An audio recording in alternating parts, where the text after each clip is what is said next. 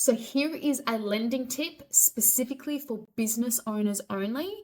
Business owners being those who are as a sole trader considering moving into a company structure, or those already under a company. So I'm going to run you through an example.